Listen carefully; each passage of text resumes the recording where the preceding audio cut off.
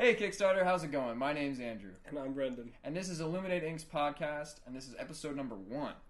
We're 2 game designers, and we created a game we love called Shibboleth. The only issue is that we did a terrible job promoting it. And our campaign failed. And you know what? That sucked. But we learned a ton. And the number one thing we learned is that it's almost impossible to promote your game when no one's ever heard of you. There's like no free places to do it. So we decided to make one. So we're going to be talking to other game designers on Kickstarter and essentially interview them on their journeys, their promotions, and anything else they want to talk about. Yep, so once a week we're going to have an interview with a game creator, and then the second segment we're going to talk about our game design. We're currently in the process of relaunching our next game, and you're going to follow us through that whole journey as we continue to probably make mistakes and then learn from them. But it should be fun. Thanks for joining us. So here's the interview. Here's our interview with Brady Whitney, creator of Codex Celinda. So, Brady, thanks so much for doing this. This is definitely the first time we've talked. Podcast issues aside, we're so excited to have you here. And we're going to ask you a couple questions you've been asked before, but we just really want to hear the answers because this project is just so interesting. So, how did this come to be for you? Yeah, how'd you get the idea for Codex Celindas? Is that the way you use Celinda? The second you said it, I knew. Yep, there it was. Close enough. So the whole idea started off as a new thesis research project where the goal was to find a real world problem and solve it. Design a product or prototype that solved that problem. And my love lies in game design. And that is kind of where I decided to focus more of my, problem seeking out. And I eventually came across puzzles. And I've grown up, studying puzzles my entire life, playing board games, all that kind of stuff. And I always wanted something that was very, very challenging, but affordable, and also be able to play with once, over and over. Because most puzzles, when you play with them, once you solve them, they will solve mystery, you'll never want mystery, and you never want to touch them again. Yeah, no, and I mean, that was one of my favorite parts of just the overall design brief that you had was that, this is going to have replayability. This isn't a one and done, like those puzzles we buy as kids. Yeah. Yeah, exactly. I mean, some of the puzzles I played with were, the metal wire puzzles, twisted around, they break the 2 pieces away from each other. I was never a big fan of jigsaw puzzles. They're too linear and similar in the nature, just a different every time. Basically, when you solve all 5 of the puzzles, you'll find out that you're going to have to go back and relock all of the puzzles. And it's like an additional challenge, which you obviously don't have to do since you've already solved it, but for those people who are just I want one more thing to do, well, you're going to go backwards instead now through all the puzzles. It was also simply designed for the fact that it would be something you want to put on display in your home. Once you are done with it, you get a badge on it, and you're going to want to share it with everyone who comes to your house, and challenge them to try and complete the codex as well. Yeah, no, the first thing I thought of is it's like the ultimate, smart guy at a dinner party disaster device, where it's like, oh, you're pretty smart. Try this out. Let's watch you do this. And just watch that person sweat. Because, there's just so many cool, all the puzzles are just so intricately designed. And did you design them yourself? Yeah, everything is completely designed by me because it's just in your thesis, it's you demonstrating the culmination of what you've learned for those last 4 years of the program. Mm-hmm. And so all the design is definitely mine, but it's only possible because I was able to bounce off various ideas, various design looks, things like that on everyone else around. Yeah, no, it sounds like you had a built-in game group, which is fantastic. Those are the best people to follow along throughout the lifeline of the project. How's the whole, the campaign's a success. That's got to be fantastic. We're going to talk to you about that in a minute, but just are you on top of the world right now? Yes and no. It was definitely way more than expected in the short time that it blew up. The goal was within 6 hours, and then all structured within this time. I was expecting at least a week or 2 before we hit the 100K mark in the long run, but I'm definitely staying on top of everything. It's just now the pressure is on me to deliver. And there's definitely a lot of people interested to deliver it, so I'm going to be working my butt off until 11, 12, maybe 1 at night, get 4 hours sleep, and just repeat till I finish the whole thing. I don't know, that sounds like the American dream to me. No, so the Geneva wheel is what I meant to say. So what kind of led you to that? Because that's a really cool, kind of tactile piece of the puzzle. Which one? The Geneva wheel? The Geneva one. So that's actually the one I hate the most.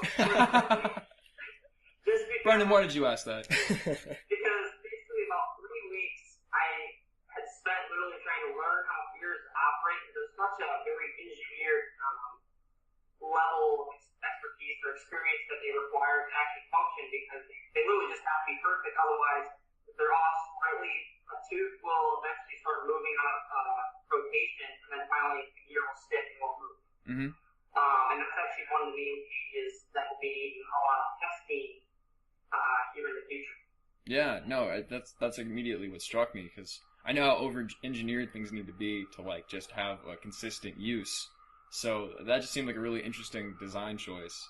But also, like, just added value. Like, you don't see those in Kickstarter projects. The basis of that project is basically taking the 6 gears that you're able to move and test which of the various areas that they can literally fit into. And once you have all the gears in the proper places, you can turn the Geneva wheel mechanism, and that will unlock the bolts. Yeah, no, and I mean, just, like, it seems like each page was its own journey to create, too. I mean, obviously they all interlocked very well, and you had an overall thought process, but was there any one page besides the Geneva wheel that, like, really snuck up on you as far as complexity? I guess the first one, but that was also the one that inspired the Codex.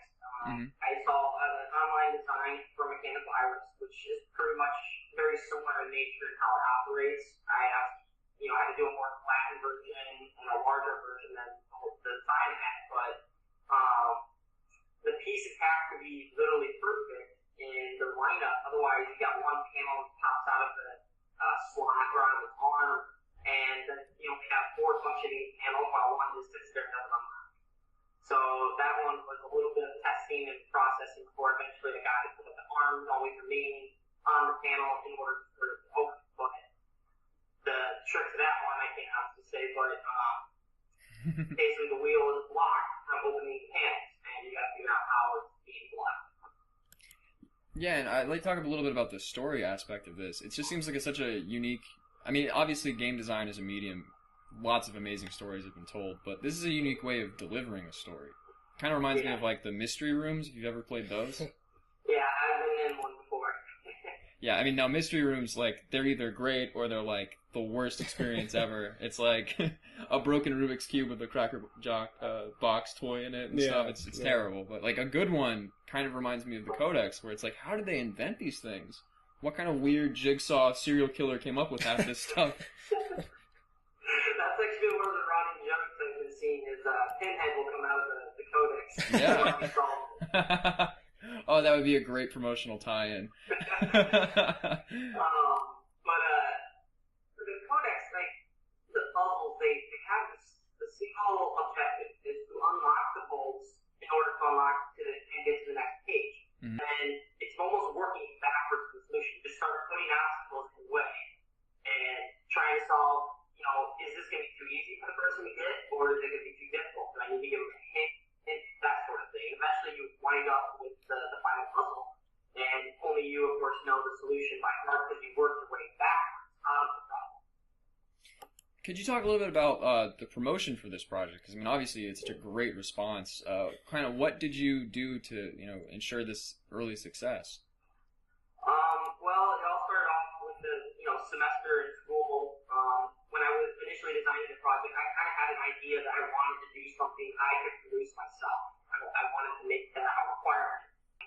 Whereas, promoting it was actually kind of accidental. I posted a few images on Imager, and that was where it blew up overnight. 24 hours, it received 130,000 views, 7,000 upvotes, wow. and then 400 some comments. And pretty much half those comments, if not 2/3, were simply, I want to buy this right now. When is it available? I actually created a Facebook group, which is now grown to like 1,300 people that liked it, and also built an email list where I would update them every 2 weeks or so, just saying what's going on in the life of the Codex and how close are we to launching the campaign. And that grew to about 400 people, which was more than enough that I needed, so I was pretty happy with the initial one. After I launched, though, the moment it reached its goal in 6 hours is kind of where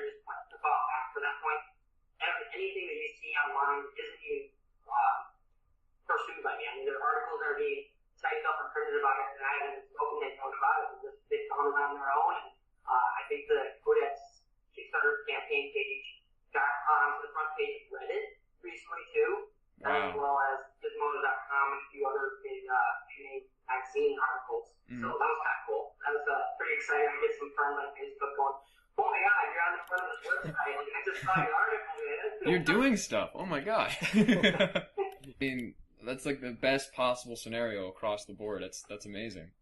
Yeah, it was definitely unexpected, but it's a nice surprise, for say the least.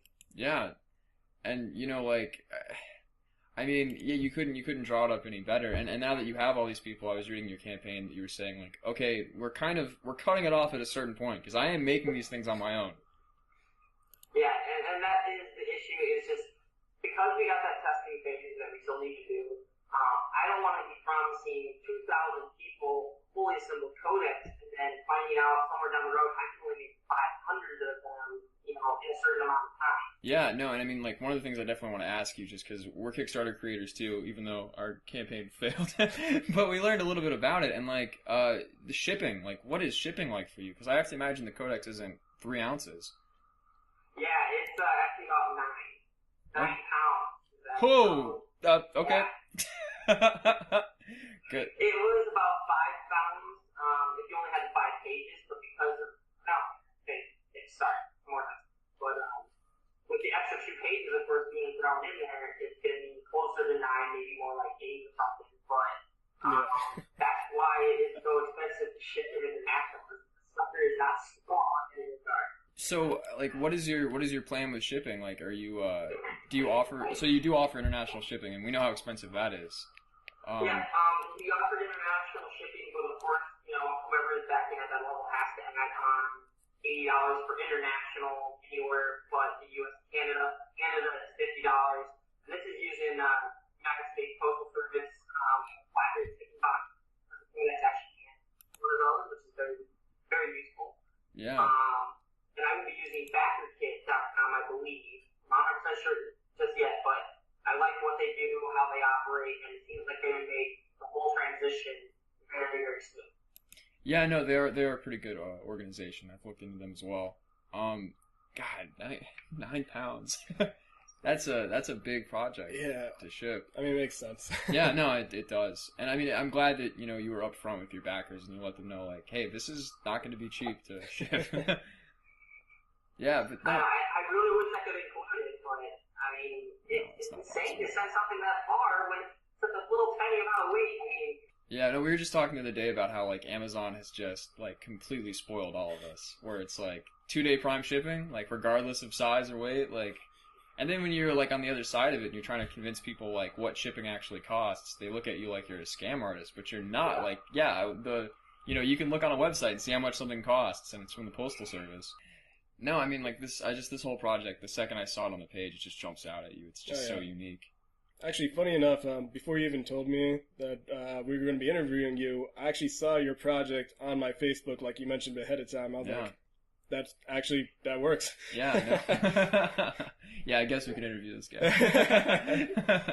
Yeah, no, I mean, and where do you kind of go from here? Like, are you, how do you plan on updating with your backers and just kind of keeping a consistent presence throughout this process? Well, the cool part about Kickstarter is that you can actually keep updating them along the way, using the same page and whatnot. I'm actually currently also working on a website so I can do it there. Even though the delivery date may say for May 2017, it doesn't mean that you won't get the codex, 2 months ahead of that date or a month or whatever it is, because it's just going to be done on a first come, first served basis, with the latest arriving basically by May 2017 at the latest. That's the hope anyway. It might go faster, it might go slower. This is all a test to see how we do on a fast enough production capability in a smaller setting. Hey Kickstarter, how's it going? This is the second segment of our first podcast episode. We are really excited to do this. This is going to be about failure, and specifically failure for Kickstarters, and we know a little bit about it. Yeah, a little bit. Our first project, Shibboleth, which we're really proud of, was a failure.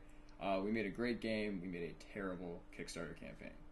And we didn't think we did at the time too. It's definitely a little insidious how it all works. So we're going to talk about the different ways that you can fail with Kickstarter and how to avoid them, which is what we are doing as we gear up to launch again next month. I guess first things first is promotion. Promotion is very important. It's the lifeblood of Kickstarter. Yeah. And one of the things we didn't realize going in is that, how do I put this? Like, Kickstarter doesn't do the best job of promoting you. If you end up like we did at the bottom of the ladder, like I think we got 340 views our entire campaign, which we needed that many backers just to succeed. So that's just not going to happen. You can't hopefully get every single person to watch the thing to buy it. You need a lot more viewers. So kind of going into that, there's two different kinds of promotion. There's free promotion and there's paid promotion.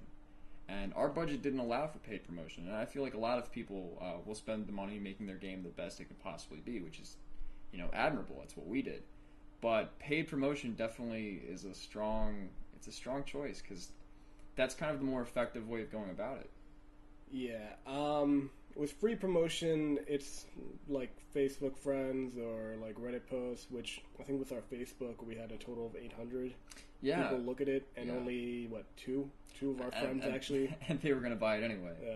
So yeah, Facebook feels great. Like, you definitely feel like you're announcing to the world that, hey, we did this thing, it's going to happen. But people just kind of go along their lives, which is fine. It's understandable. Like, your Kickstarter campaign is going to be the most important thing to you, but you can't really hope for other people to feel the same way. And the other thing is, like with Reddit, there are some subreddits that have 25, 35, some of them have over 100,000 subscribers in like these game subreddits, but the issue is that they don't allow you to self-promote. No, they do not. Those moderators are very quick to delete anything you want to put up. And the problem is that the subreddits where like, no, this is where you're supposed to self-promote, have like 500 subscribers. So it's really not an effective way of moving traffic. But let's talk about the paid ones for a second. Let's give them their their day in court. Board Game Geek is one of the most popular websites for board games, and they do a lot of paid ads and paid contests, and they are very effective. They have good traffic, but they're expensive. The contests cost a minimum of $1,200, and as far as I know, like the ads start around $600 or $700, like just the little thumbnail ads, and can go up progressively depending on how long you want them to be, and also what time of the year it is. So it's not cheap. You definitely get your money back, but you have to have the money to put it in the first place. And we spent all the money we had on making the game. Yeah, we made a budget before even starting all this, and said we wouldn't pass it. So no matter what happened, even when we saw these like random emails, actually we started receiving from Kickstarter actually about people saying, "Hey, we love your game and we'd love to promote it, except you have to pay whatever amount." So something you should know about before you do a Kickstarter, and if you've done one, you've definitely run into this, is the just spam messages after spam messages you receive. And the worst thing is, like, a lot of these people kind of prey on failing Kickstarters. They wait till around like day 15 or like the halfway part, and like if your campaign's not doing well, you start to get these messages where it's like, for $200 we can get you. One guy said he could put us on the New York Stock Exchange, which is just illegal. Like, we don't have shares. I don't know what he was trying to do there, but they just take advantage of desperate people, and it's really not good. And don't let yourself fall prey to that. And you don't have to if you promote the right way. You don't even need them in the first place, which is definitely something I wish we had done. So I guess from that kind of just leads us straight to creating a fan base, really. Yeah, well, creating a fan base and also understanding the need for one, too. So let's talk about the need for one before we talk about how to do it. A lot of these successful Kickstarters, like the ones you see that have, funded in 2 days or funded in 24 hours, a lot of times they're bringing their own people to the website. If you can bring 30% of your project day one, you're going to get funded almost always. Like, the statistics are insane on it. The thing is, like, it's just finding that group of people and getting them all organized and committed to buy day one. That's the secret. It's like the thing you have to do. But the way the Kickstarter algorithm works is, if you have a large percentage of your campaign complete and you have a lot more time left on it, you go higher and higher up the list. On any day on Kickstarter, there can be 500 game projects. So you do not want to get lost in the shuffle like we did. I think we were like 505 out of like 515. Maybe like 17 pages in. Yeah, that's a pit you cannot climb out of. And the way to avoid that is getting a big push day one. Day one is the most important thing. So let's talk about getting that fan base. You can do it a couple of different ways. A lot of people go to game conventions. Like we have a friend who is doing a Kickstarter right now from Atlanta. He's at Gen Con, and that's a fantastic. Like if you can afford to do it, you should do it because like that's a great way to meet new people and have people play test the game and get a lot of good free press coverage. Can't recommend that enough. Yeah. Another way would be actually like going to local game stores that actually promote like local developers and whatnot of games. I think we know like 3 actually in our area, but the unfortunate thing is that we didn't actually go about doing that ahead of time. Yeah, so a mistake we made is I come from the short film kind of background, and the way that works is like you don't release anything until it's finished. Like people see the finished product. But with Kickstarter and crowdfunding especially, like that just isn't the way it works. You have to get people involved in every step of the way. You have to introduce them to your first artwork. You have to introduce them to the first play tests you have, like print and play or whatever. They have to be personally connected with it. And that's kind of how you build a fan base. That's an organic way to do that. And people kind of like they feel invested in making sure this succeeds because they've spent so much time with it. We released it as a finished product, and people didn't have any connection to it.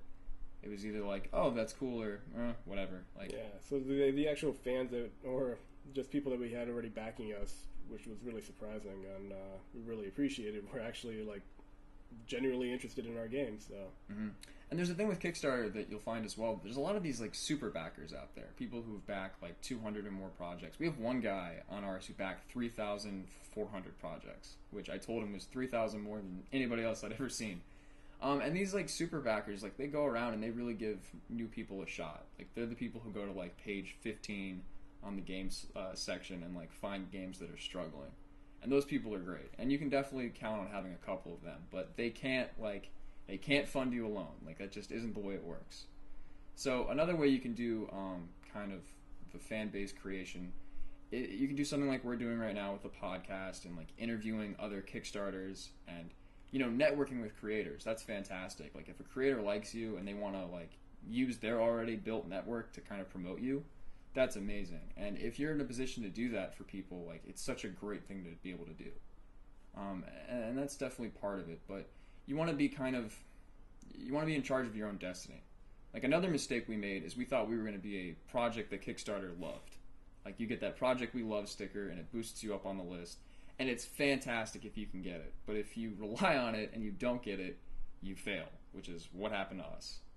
So the way to not need that is to, bring 30% of your own funding that first day and make the algorithm work for you and be on top of that page regardless. And honestly, like, they kind of pick projects that are already succeeding. Like, Kickstarter's like, oh, people like this, so do we. Yeah. And that makes sense. Like, they want to represent what people think on the site.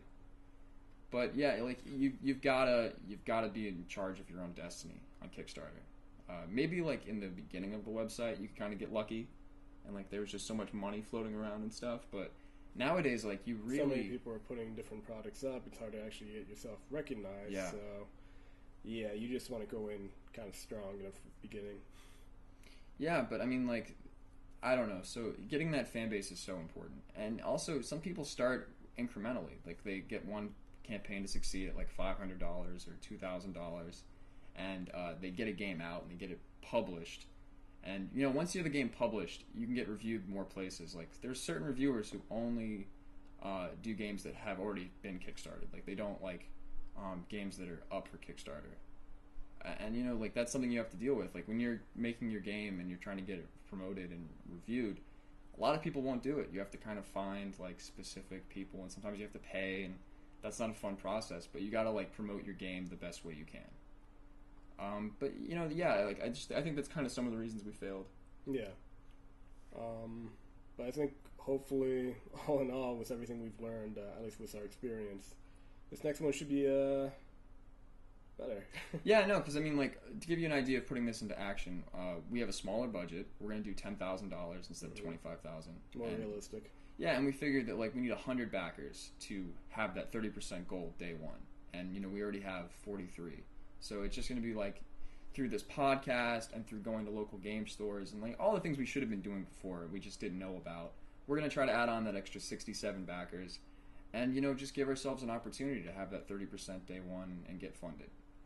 But if you have any questions, please leave a comment, and we'd love to answer anything. And we're still beginners in ourselves. If you're an expert Kickstarter person, please answer questions or, let us ask some for me. But thanks a lot, guys. We really appreciate it. We'll see you next episode with another interview. Next time on the Illuminate Inc. podcast, our topic is Kickstarter artwork. How to hire the best artist you can afford and make a great-looking project. The print-and-play version of our game Shibboleth is located in the description box. Please feel free to download it and play it with your friends. Like and subscribe to support the new podcast. See you next week.